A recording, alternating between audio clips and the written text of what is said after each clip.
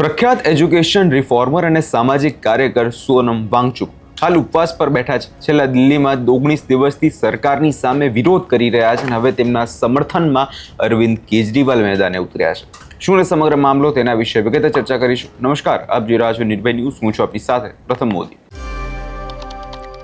દેશભરમાં દિલ્હીના જંતર મંતર પર થઈ રહેલા આંદોલનની ચર્ચા થઈ રહી છે, પણ આંદોલનથી સરકારને કદાચ કોઈ ફરક પડતો નથી એવું સ્પષ્ટપણે જોવાઈ રહ્યું છે.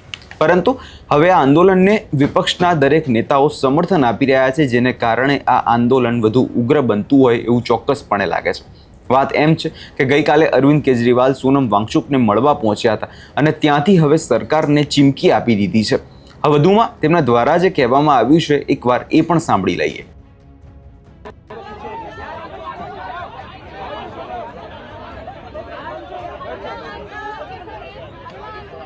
देश भर में पेपर लीक हो रहे हैं, रोज पेपर लीक हो रहे हैं, पेपरों में गड़बड़ हो रही है, इवैल्यूएशन में गड़बड़ हो रही है. उसके बावजूद केंद्र सरकार के सर पे जूं नहीं रेंग रही है. नीट पेपर लीक होने के बाद सरकार ने कोई एक्शन नहीं लिया.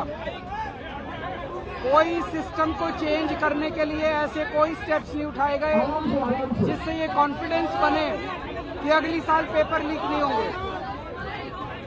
सीबीएसई में जिस कंपनी ने गड़बड़ की उस कंपनी के खिलाफ कोई एफआईआर नहीं, कोई एक्शन नहीं. इससे ये मैं दोबारा बोल देता हूँ, इतने बड़े स्केल के ऊपर पूरे देश में पेपर लीक हो रहे हैं. पूरा का पूरा एग्जामिनेशन सिस्टम कोलैप्स कर चुका है और खासकर पिछले 5-6 साल के अंदर बहुत ज़्यादा एग्जामिनेशन सिस्टम से यूथ का भरोसा उठता नजर आ रहा है. या तो पेपर लीक हो जाते हैं, इवैल्यूएशन में गड़बड़ हो जाती है, कभी कुछ. नीट का पेपर लीक हुआ, 20 बच्चों ने सुसाइड कर लिया, लेकिन सरकार ने ऐसा कोई कदम नहीं उठाया जिससे ये भरोसा बन सके कि अगली साल पेपर लीक नहीं होंगे. नीट के पेपर के बाद और पेपर लीक हो गए.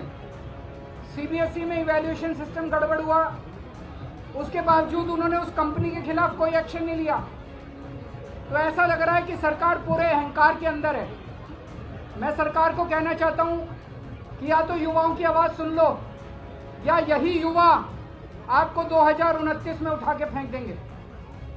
दूसरी बात, एक तरफ धर्मेंद्र प्रधान का इस्तीफा तो होना ही चाहिए, लेकिन मेरी प्रधानमंत्री जी से निवेदन है और देश के 140 करोड़ लोग चाहते हैं कि धर्मेंद्र प्रधान की जगह सोनम वांगचुक को देश का शिक्षा मंत्री बनाया जाए.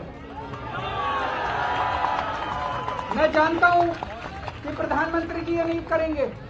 उन्हें डर लगेगा कि सोनम वांगचुक कुछ क्रांतिकारी कदम न उठा दें, लेकिन इस वक्त शिक्षा व्यवस्था जितनी सड़ गल गई है, हमें क्रांतिकारी कदम चाहिए. हमें क्रांतिकारी शिक्षा मंत्री चाहिए. बिना क्रांति के शिक्षा व्यवस्था ठीक नहीं होने वाली. और मैं फिर से उन्हें कहना चाहता हूं, इतना अहंकार मत करो. आपसे पहले वाली सरकार ने भी बहुत अहंकार किया था.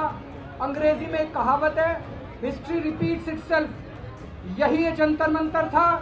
4 अप्रैल का दिन था 2011 का, जब अन्ना हजारे जी यहाँ बैठे थे.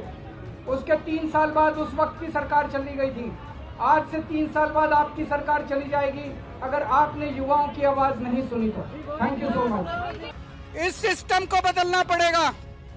आज जब मैं यहाँ आ रहा था, मैं यही सोच रहा था, यही जंतर मंतर था. 4 अप्रैल 2011 का दिन था. यहाँ पे अन्ना हजारे बैठे हुए थे, यहाँ पे सामने अन्ना हजारे जी बैठे हुए थे. उस वक्त की सरकार को भी बड़ा अहंकार था. 3 साल के बाद वो सरकार नहीं बची, अपने अहंकार की वजह से डूब गई. आज 2026 है.